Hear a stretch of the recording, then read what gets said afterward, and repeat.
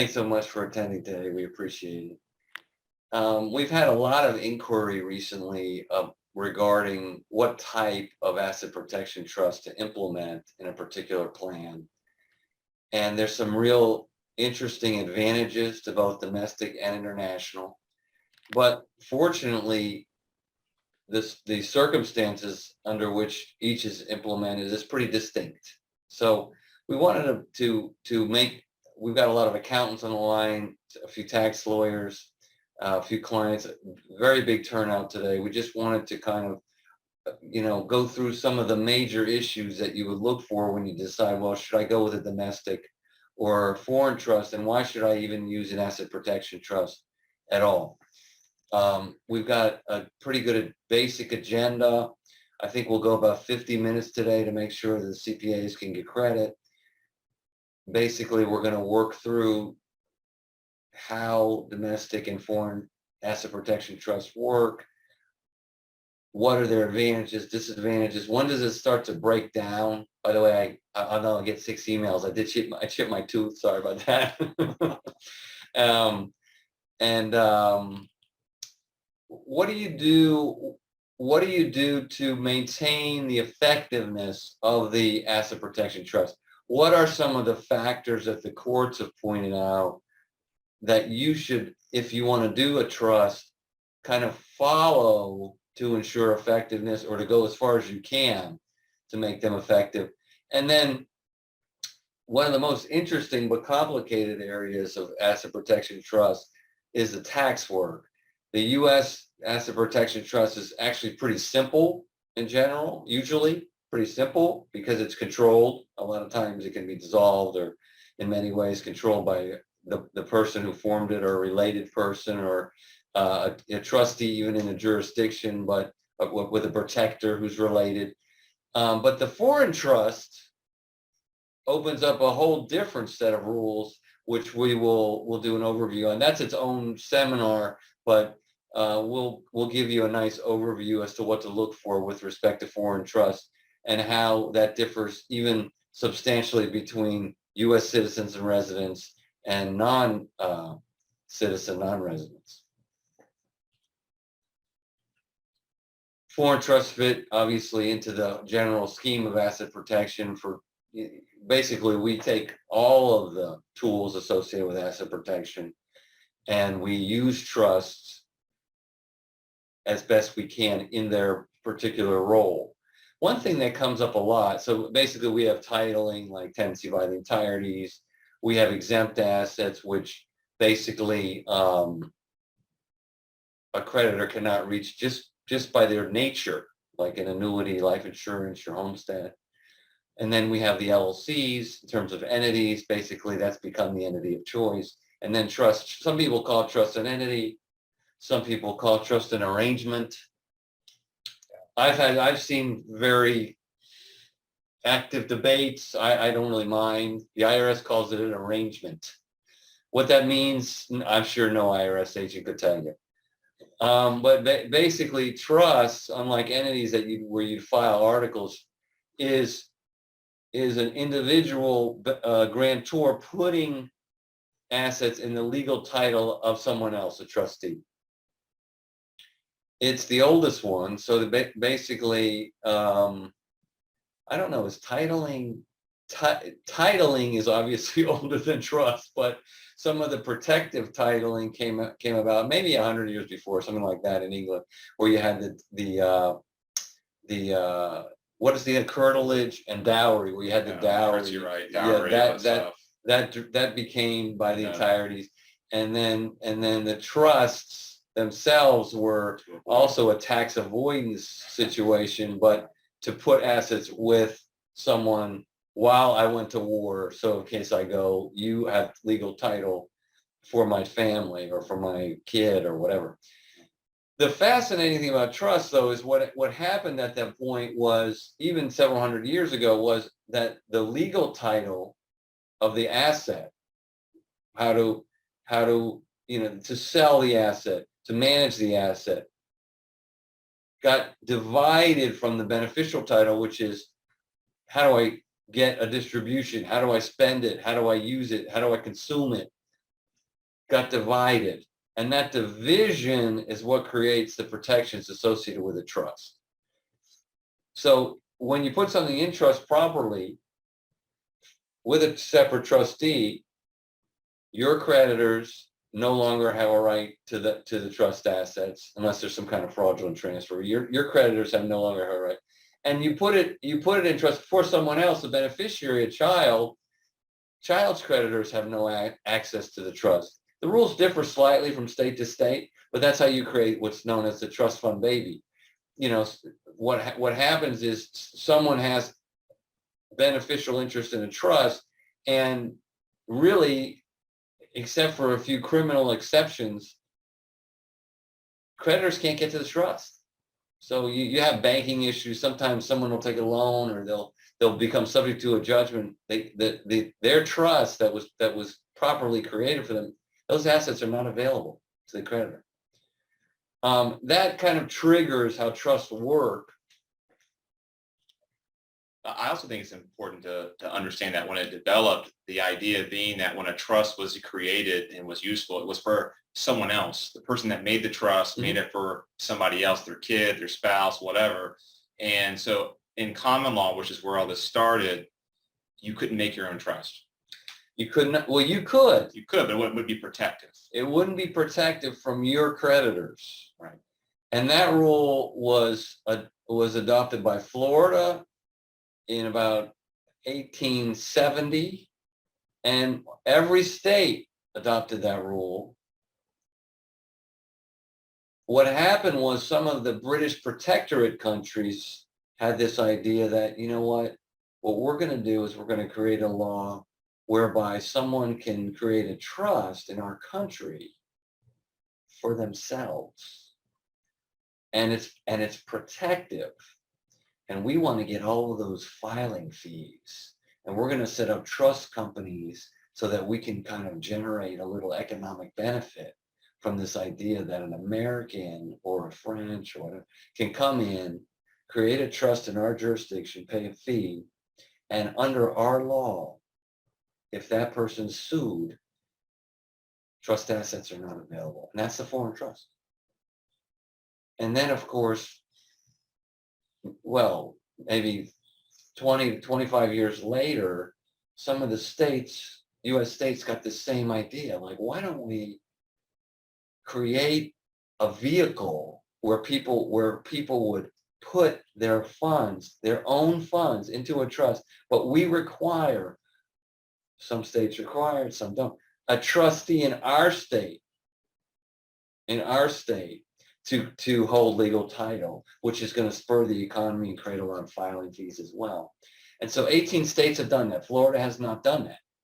And that's the Domestic Asset Protection Trust. I think we're almost done with the whole seminar.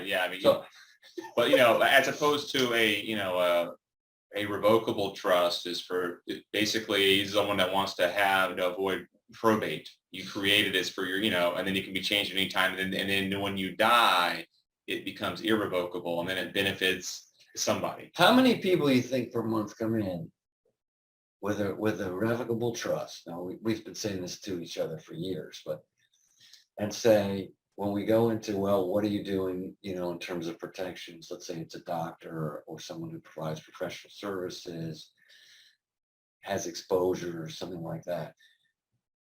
What are you doing for protection? They say, well, I have a trust.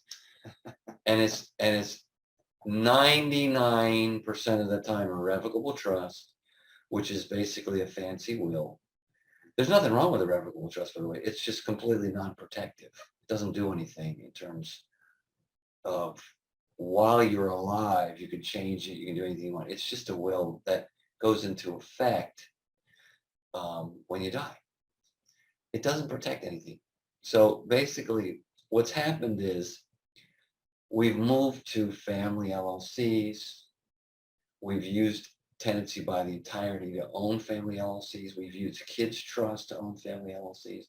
But sometimes what happens is we have a single individual. And the single individual at this point, at this juncture in the law, is having a hard time with LLCs. The single member LLC is pretty much unprotected. So sometimes we can add people to the single member LLC, but that doesn't solve the exposure. Basically, an LLC interest is lienable, even if you have many members. So if you don't have any other members, you just have a single member LLC, your LLC interest could be foreclosed, actually taken from you. If you have several members, then provided that there's some substance to it, if someone sues you, they can lien your interest. So you can't get any distributions out of that LLC. So what are we doing? What we're doing is saying, okay, now we've got 18 states that say, we will put a box around your LLC interest as a self-settled asset protection trust. And if someone sues you, they cannot get any interest. It's held by the trustee. Legal title is held by the trustee. And by statute, it cannot be liened. And we'll go into like how successful that's been, for instance. Right, just a case law on that. So, but like Brian says, these are what we're talking about are irrevocable trusts. They're not revocable trusts, which are essentially wills. Right.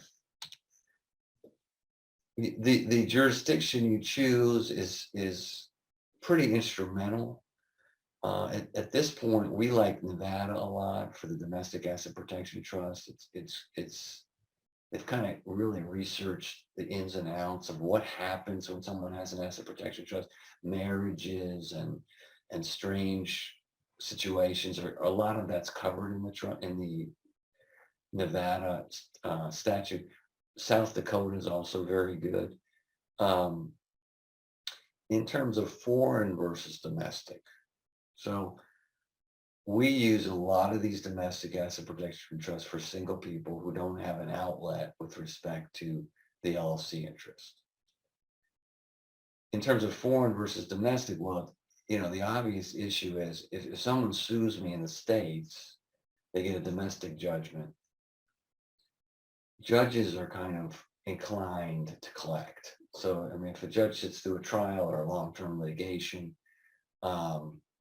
you get to the end of the litigation, then you go into this collection phase and you say, well, I've got this asset protection trust. Yeah, the judge won't understand it. We'll never understand it. It's not going to happen.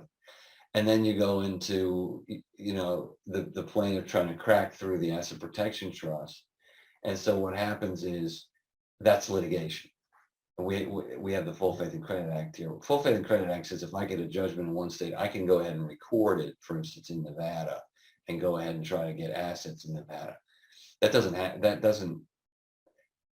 In other words, it's recorded, and it's as if they got a judgment in Nevada. You can take a judgment in Florida and try to go abroad with it, and you may be able to record it as a judgment, but it's usually a much more complicated process.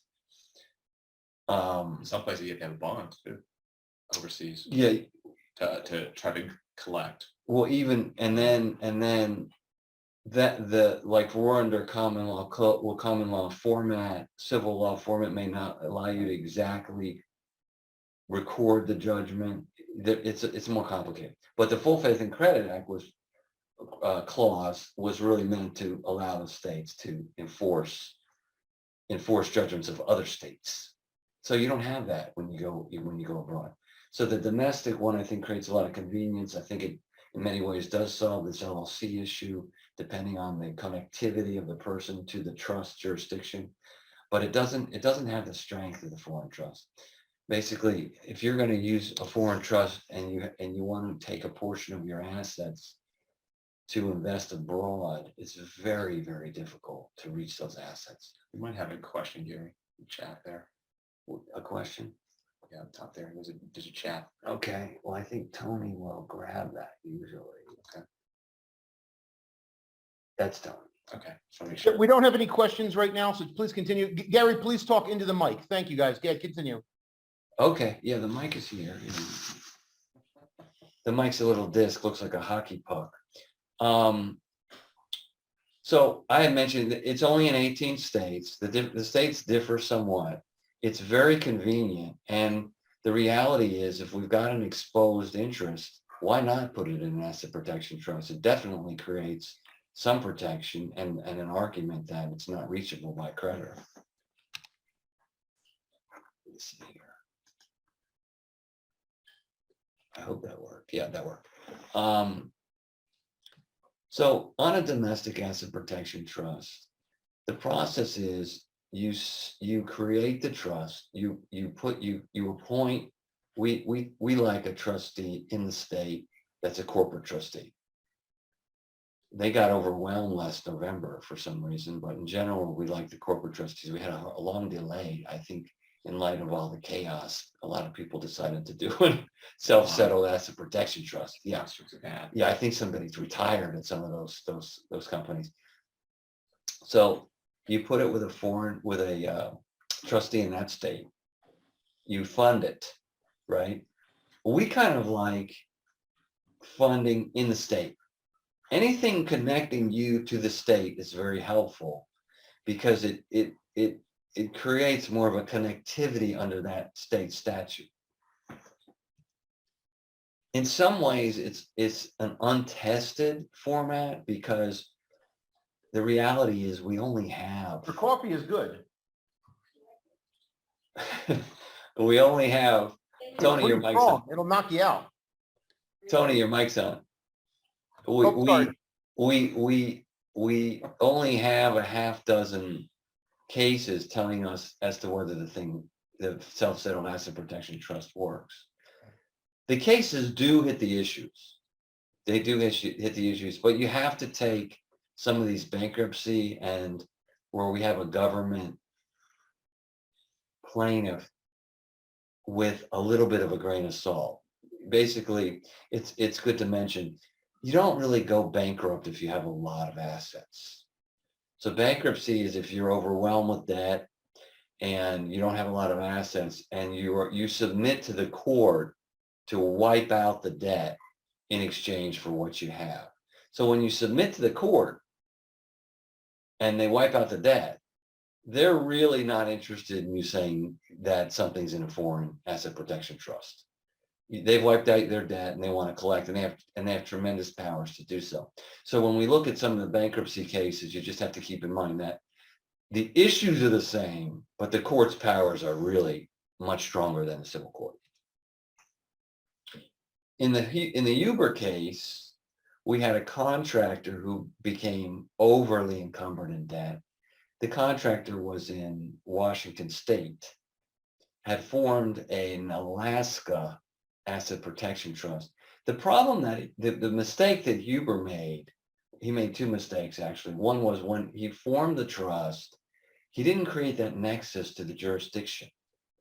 So the idea with these trusts is you appoint, in this case, an Alaska trustee, really solely an Alaska trustee. He had a co-trustee again in Washington State. All the assets were in Washington State. His whole thought process was in Washington State. The protector was in Washington State. And he did follow the statute. So the reality was that I wish it would have been decided by a state law court. In other words, when they try to collect, can they get into this domestic asset protection trust?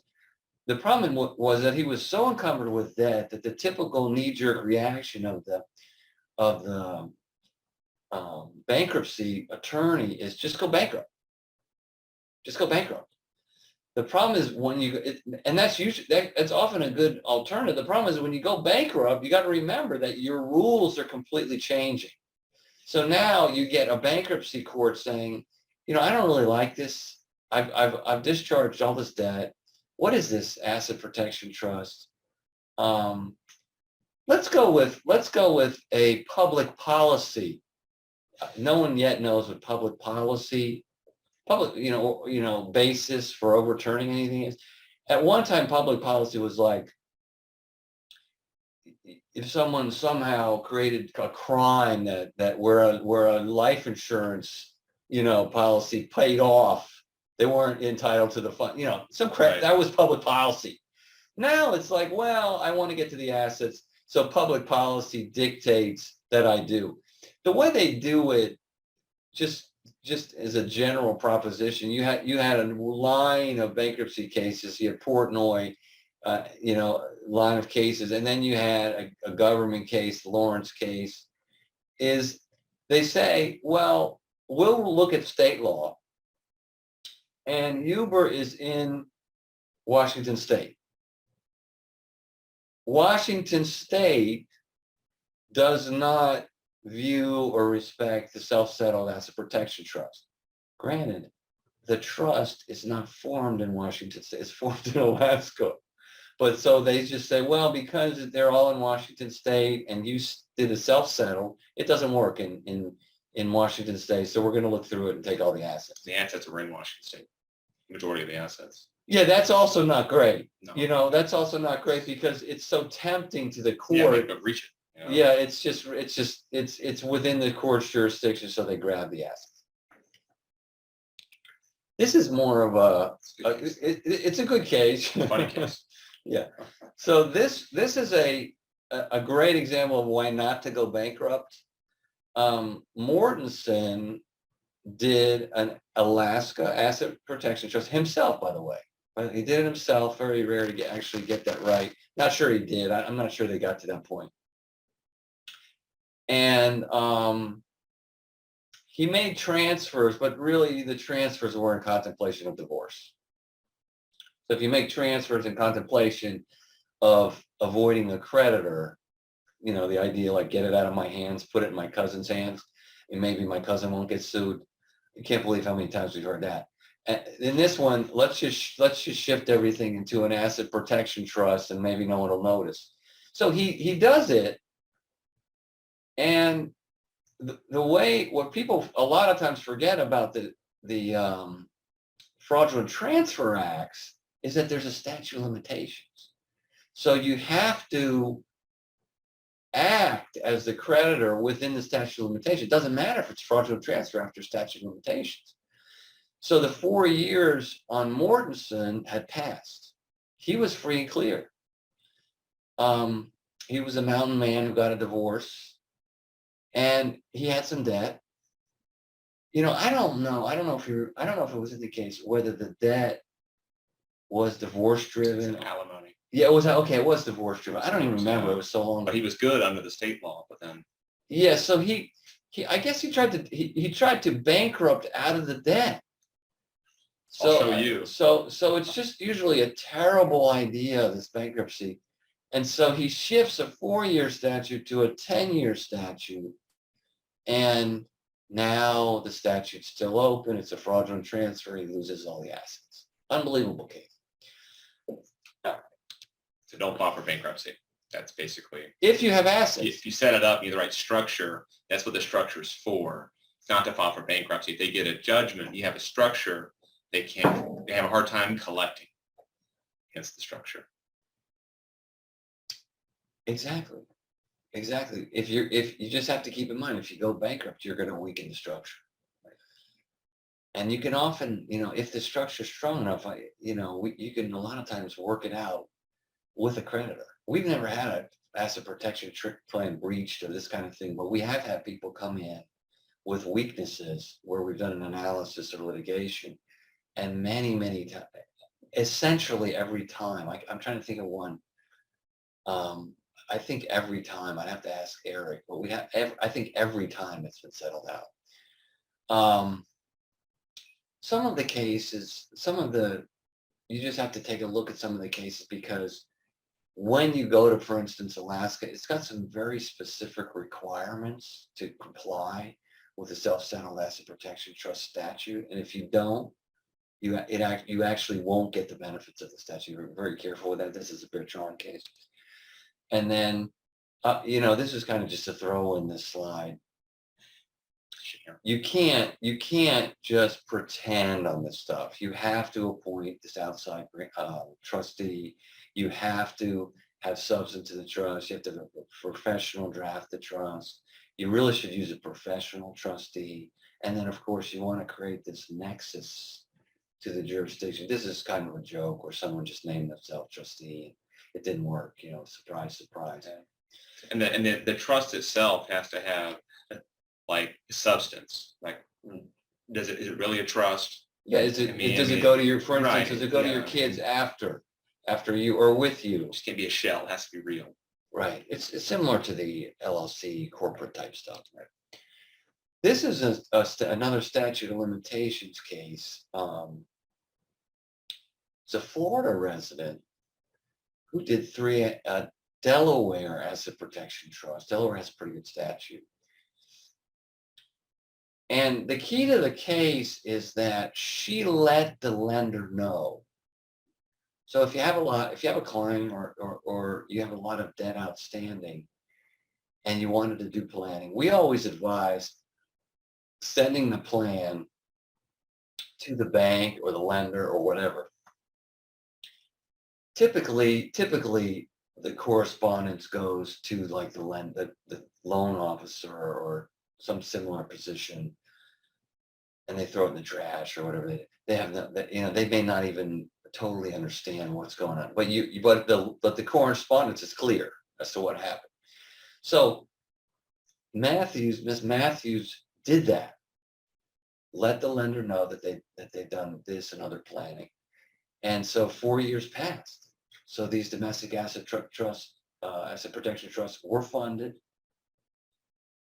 4 years passed. The reason I mentioned the notice is for the 4 years, and because there's an out that the plaintiff can use, and that is the statute will continue for a year, in Nevada 6 months, until the creditor knows about the transfers. So when we provide notice, it eliminates that out of the statute of limitations. So 4 years had passed. There was actually, if I recall this case properly, there was actually a lot of problems with the defendant, the debtor's case, a lot of problems with the trusts.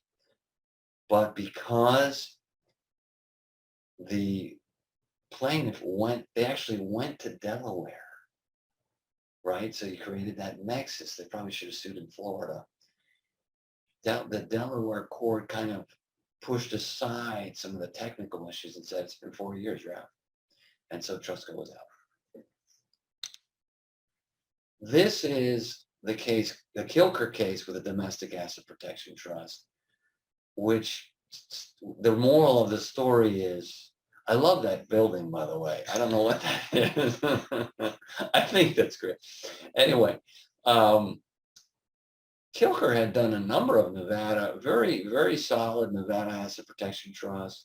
He was a pool builder. He built a whole development out. I think it was 100 or 150 homes, pools in the homes, and got caught up in a construction suit. Walks into court, really braggadocio. I've got everything protected. You can't get anything. Really upset the court, and then entered a settlement and then breached the settlement, and the court just unwound the trusts. It's an outlier case, but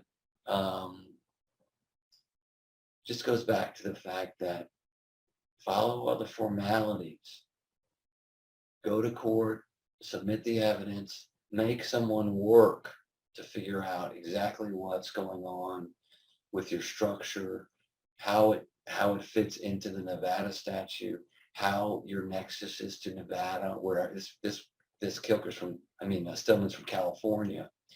How did it all fit together? My understanding was his was pretty good. He just upset the court.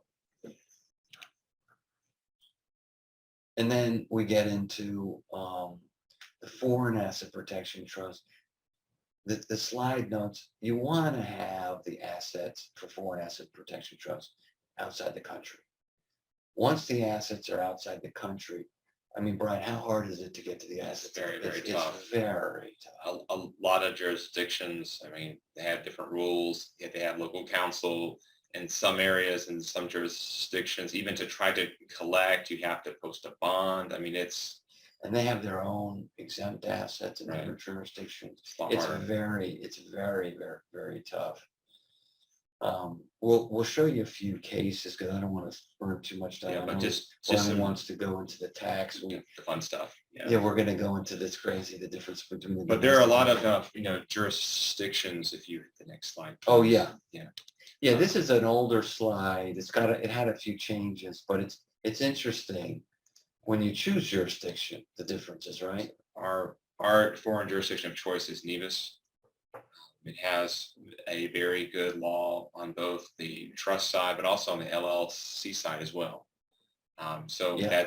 that's our choice of jurisdiction. There are other ones, the Cook Islands, Guernsey, Yeah. all kinds of So stuff. if you Parliament. have a foreign court, if you have a Nevis court, similar to a Nevada court on a Nevada trust, a Nevis court, they're really very, very prone to just following what the Nevis trust and LLC statutes say. And if you look at some of these protections, I was involved in the LLC actually.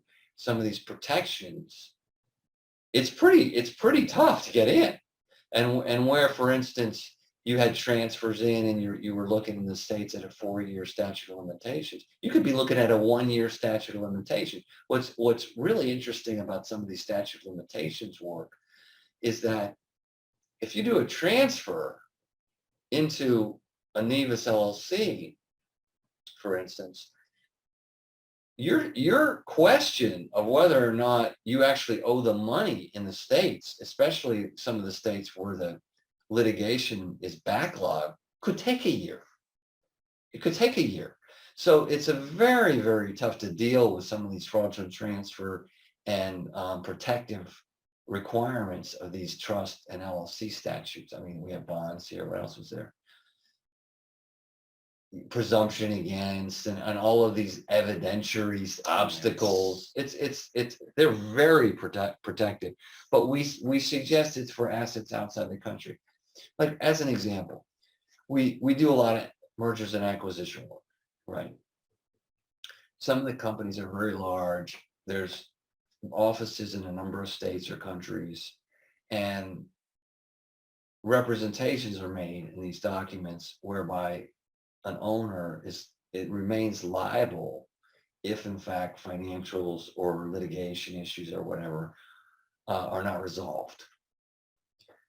Are they likely? No, they're not likely. It almost never comes up, but in a rare instance it comes up. So we say, why don't we take a portion of the sales proceeds? If there's $100 million sales proceeds, let's take $5 or $10 million. Let's take, we work with the financial planner to diversify the asset holdings, and let's put them in a foreign trust. Once they're in the foreign trust, it's just very difficult to reach this type of thing.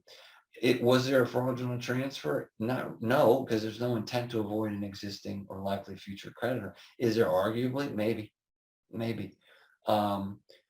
That's just an example of where a U.S. person would create a foreign trust with foreign assets.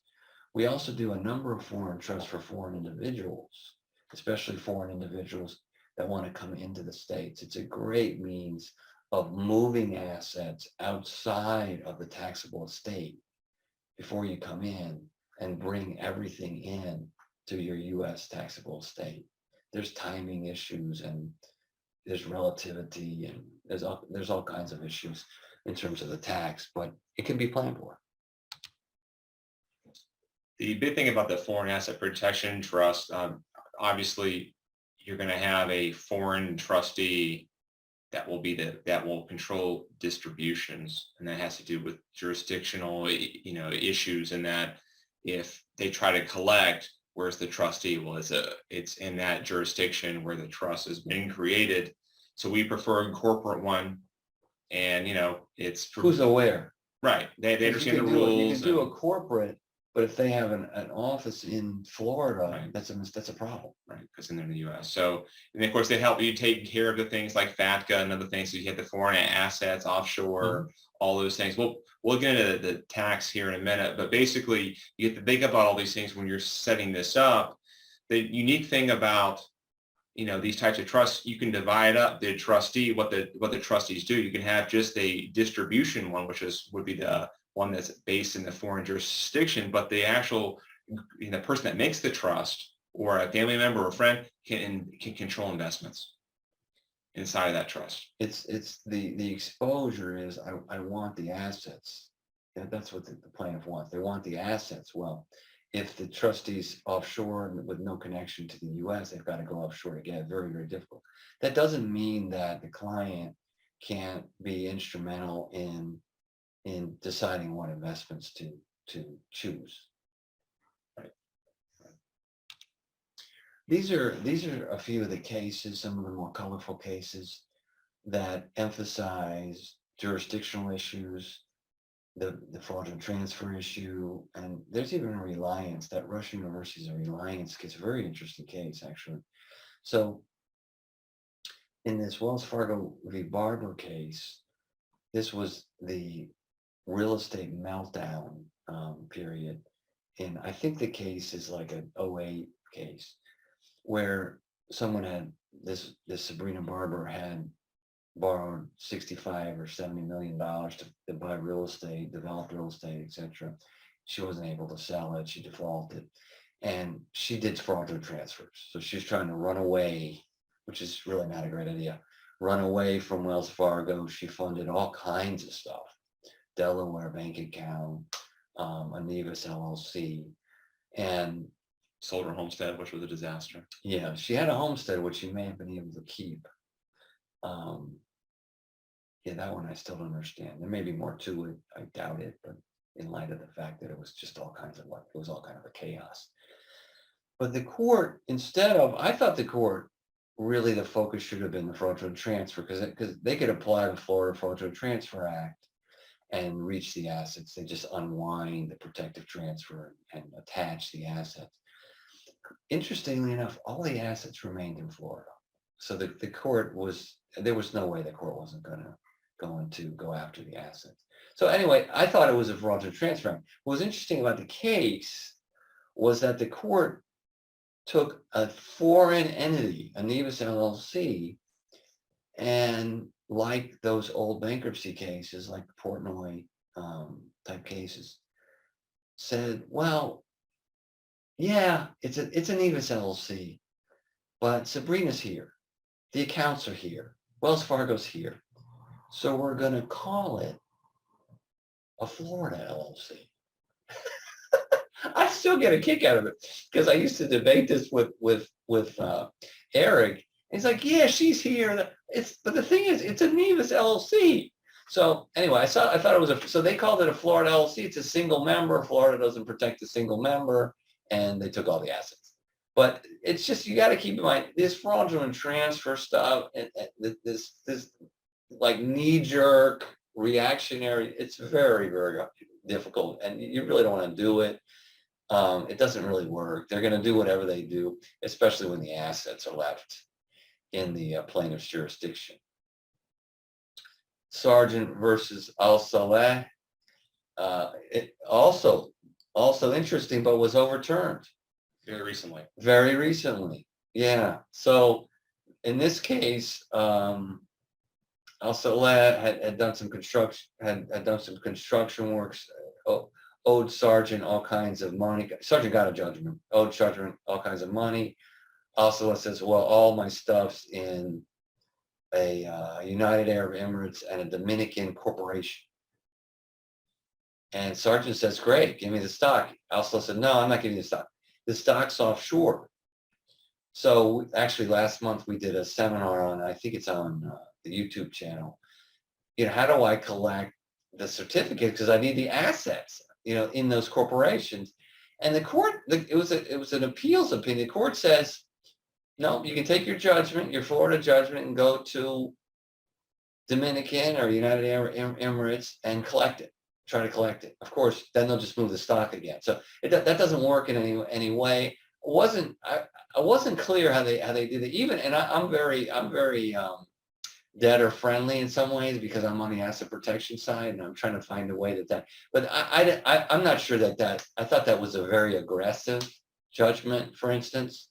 Maybe Sargent didn't present the right plaintiff's case. I don't know. But so the U.S., not the U.S., the Florida Supreme Court, I'd like to see it go to U.S. The Florida Supreme Court said, no, you've got jurisdiction. You may not have jurisdiction over the certificate, but you've got jurisdiction over the defendant. And you can tell the defendant, bring back the certificate or I'm going to hold you in civil contempt and put you in jail. And so it was fascinating because the law was pretty clear. And you know, when you go through these cases, the court typically goes into like a whole history of case law, and this meant that, and we're distinguishing this one, and we're not sure about this one, and whatever. There was no case law because it's in the statute.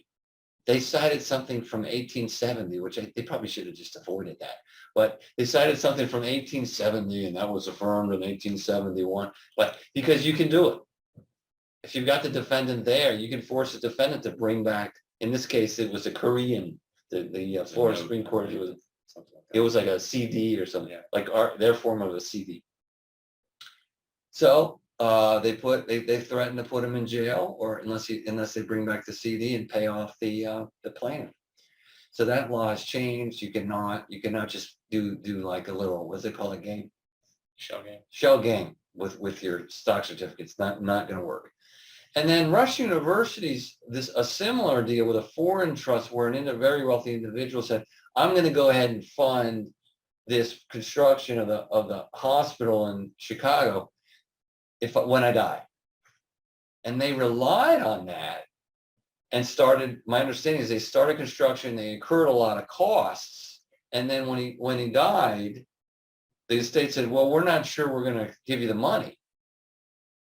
And so they went into litigation, and a lot of the assets were in a foreign trust. The thing about the foreign trust is if you're going to rely on a foreign trust in a controversial case, you can't have assets in the U.S. So they said, you know what? We're going to call it an Illinois trust. And Illinois does not have self-settled asset protection trust, and they just took the assets. I'm seeing a trend. Yeah. Want stuff in the U.S. and foreign trust. Yeah, exactly. This we wanted to go into some of this is kind of obvious, but it's, you know, if you create these trusts, you really have to respect the formality of the trust. The trustee has to have control over distributions. On some of the foreign trusts, and some of the domestic, it allows for dissolution. You have to be careful with it because you don't want to create kind of an illusory situation, but you are handing over legal control of distributions to this trustee.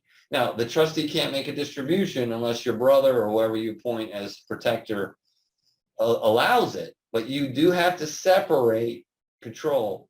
You cannot be what's called an alter ego. It's just you acting. It's just you. They're just acting for you, whatever you say. You don't want to get, for instance, you don't want the trustee paying your electrical bill every month. It's not just you. It's got to build up. It should be investments and look like a trust.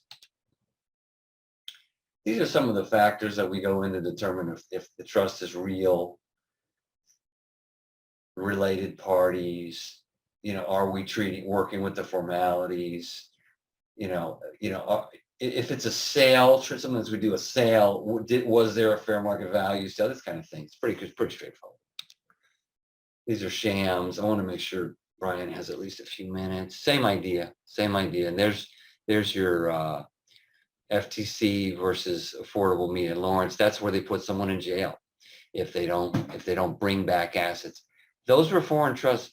Neither party had to bring back the assets, so they went to jail. Lawrence went for 6 months, and Anderson, that's the FTC, went for a short time, but neither really gave up the assets. You can't say that I can't do it. Hey, it's in a foreign trust. It's impossible. I can't get it. That doesn't work if you created the problem. And then the keys to the effectiveness are this connectivity to the jurisdiction. Avoid bankruptcy. That's for sure. Yeah. Compliance too. And then anonymity, right? This was. I thought this was a Yogi Berra quote personally. Bowman thinks it's from this guy Peterson. You know what I mean? Yeah, I thought it was Yogi too, but I don't know. I never heard of this guy Peterson. He said it's hard to make predictions because it's in the future. Yogi Berra. It's hard to make predictions because it's in the future. I love that. Yogi. And then we got the tax. We can go through the distinctions between U.S. and domestic. Go ahead, Ryan. This is going to be very broad strokes. This is a seminar in and of itself. Yeah. You just need to be aware that if you're your clients that like to use the foreign trust, understand that at that point you leave the general tax ideas, jurisdictions, and rules that we have for domestic things, and we go into this new world of foreign trusts and taxations. But just as some basics, obviously all U.S. persons worldwide income you're taxed on if you're based in the U.S. And the same if you're domiciled here in the U.S. When you die, your worldwide assets are subject to the estate and gift tax. And you have to keep in mind, you can be an income tax resident and not an estate tax resident. You can be an estate tax resident and not an income tax resident. I can't say that twice. I can't say it that fast. I mean, if you're a citizen, that's not the case. But if you're a if you're a citizen, that's right. Sure. But if you're a resident, if you're but that, although that seems confusing, because one's based on the intent to stay, the estate's on the intent to stay, the others are the number of days you're in the U.S., the income tax. but It seems confusing, but it allows for planning. a lot of great planning. Allows for a lot of planning. So, and I mean, if you're non-U.S., then you're subject to U.S. tax only on U.S. source income. And these are very basic rules, but there are some big exceptions. The main one are sales of intangible stock, which is a huge one. Huge. Obviously, there's treaties involved with that, depending on the jurisdictions. And then we have the 30% on passive for withholding. You have effectively connected income. And then as for foreign trust, a foreign trust does not have tax if there's no ECI or if they're not in the U.S. like real estate gains. ECI is the business income, Right. effectively connected to U.S. business. So foreign trusts, the point is, foreign trusts are kind of foreign people, Right. Unless Like you've done something. non-resident aliens, right? Right. And then U.S. bennies only get tax on stuff when it comes to them. Right. Okay, on the estate tax, it's the same. If you're a non-resident, non-person, non-U.S. person, only stuff inside the United States, your worldwide assets aren't taxed. And even inside the United States, there are gift tax exclusions for intangibles, but if you die with them, they're taxed. Right. So if you have the IBM stock or you're purchasing stock or bonds or whatever, and intangibles, you have to give them away before you die. Or you get your $60,000 Or credit. you- That's it. Or you can plan correctly and create an offshore entity, which is a different seminar, and not have to worry about the issue. But you definitely want to be aware of how to deal with everything. We're working on a pretty good article. We did a seminar. It's on the YouTube about what happens if you dump everything into the U.S. in your individual name as a non-resident, non-citizen. How do I get it out? Because if you die, you're taxed on. Okay, but from the basis of, so if you decide to do the foreign trust, once you do it and you form this thing, at that point you have all these compliance requirements for the person who makes it, the trustee, and the beneficiaries of the foreign trust. They have to report to the IRS each year, and not always have to pay tax, but for sure they have to comply with the regulations, and we'll talk about those. When a foreign trust is created, there might be income tax consequences, maybe. And so for sure, When it's funded. And then when you die, and there's no, at that point too, there might be an income tax issue too. Yeah, we have a slide that we could spend 3 hours on. I love this Yeah. slide. I don't know if it's next. No, Yeah. it's next. Yeah. So. Oh, no, it's not. That's not it. That's not it. It looks like that yeah. one. It's not that one. So, but there are rules. So if you're an NRA, non-resident alien, your gross estate is only going to be stuff that's inside the United States. And that's straightforward. You get a $60,000 exemption amount, which is not, indexed to inflation, unlike And if it's you're a not US resident. portable. Right. Not importable. So if you die with stuff, you're stuck with it. You're at a 40% rate. Right. Yeah, I mean, I've gotten into debates over the years. No, I just want to do a revocable trust for the client. That's not going to work. Yeah. Right. So what is a foreign trust? Well, the code gives us 2 tests. Both tests have to be met for it to be domestic. If they're not met either or both, then they become foreign. It's important because it relates to compliance and tax. So number one is the court test. Does the U.S. court have the ability or the authority to bind the trust operations? That's one. The other is the control test. Where is the trustee? That's what it boils down to. Mm-hmm. If both are met, it's domestic. You've got the domestic way of doing the trust, disregarded or irrevocable. Is it grantor or not? All those things. But if it's foreign, it changes the analysis. If either applies. it's Either, foreign. yeah, either applies. So there's the slide. So this is the slide. So this is the most important slide here when it comes to tax. So the majority of the clients that we have that create these, if they're U.S. residents, they're going to have a U.S. beneficiary of the trust. Right. Right. That's what they do. So even though, normally if you're a U.S. resident, you can create a foreign trust and you fund it, it's as if you took those assets and you expatriated with them in the eyes of the IRS. And so they do a market sale on those assets on the income tax side. Mm-hmm. Now that is regardless if you apply your credit or not on the estate tax side. They're two different things. You have Title A and B. Title A is income tax. That's where this applies. Now, if you have a U.S. grantor and U.S. bennies, they postpone that during your lifetime, and they treat it as a grantor trust.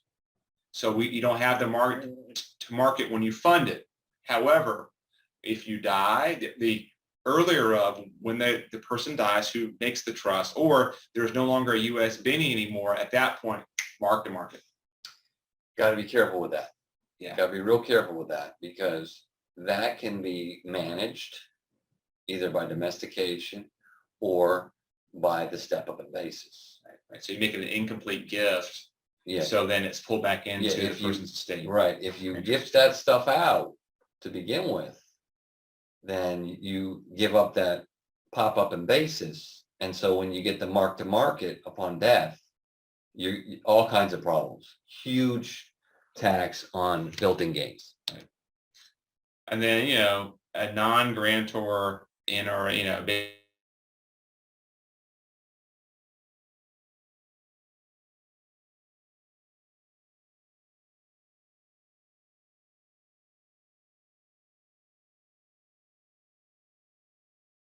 it's taxed the same way with a few acres. So you need to be aware. Okay, now on the compliance side, if you have a foreign trust, every year got to file a form 3520 for the grantor.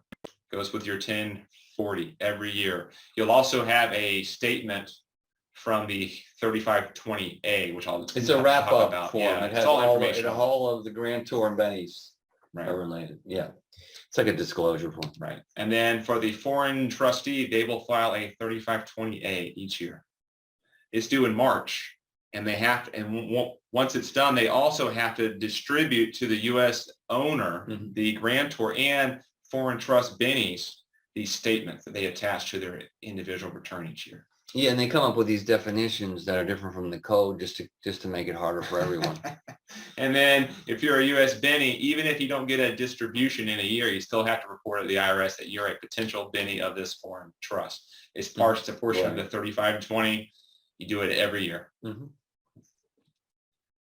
You need to be aware of VATCA as well. If it's above an amount, you need to be aware of that. Make sure you're filing those, and of course your FBARs as well. Yeah, that's for your foreign. These are for your foreign accounts and foreign assets. Right.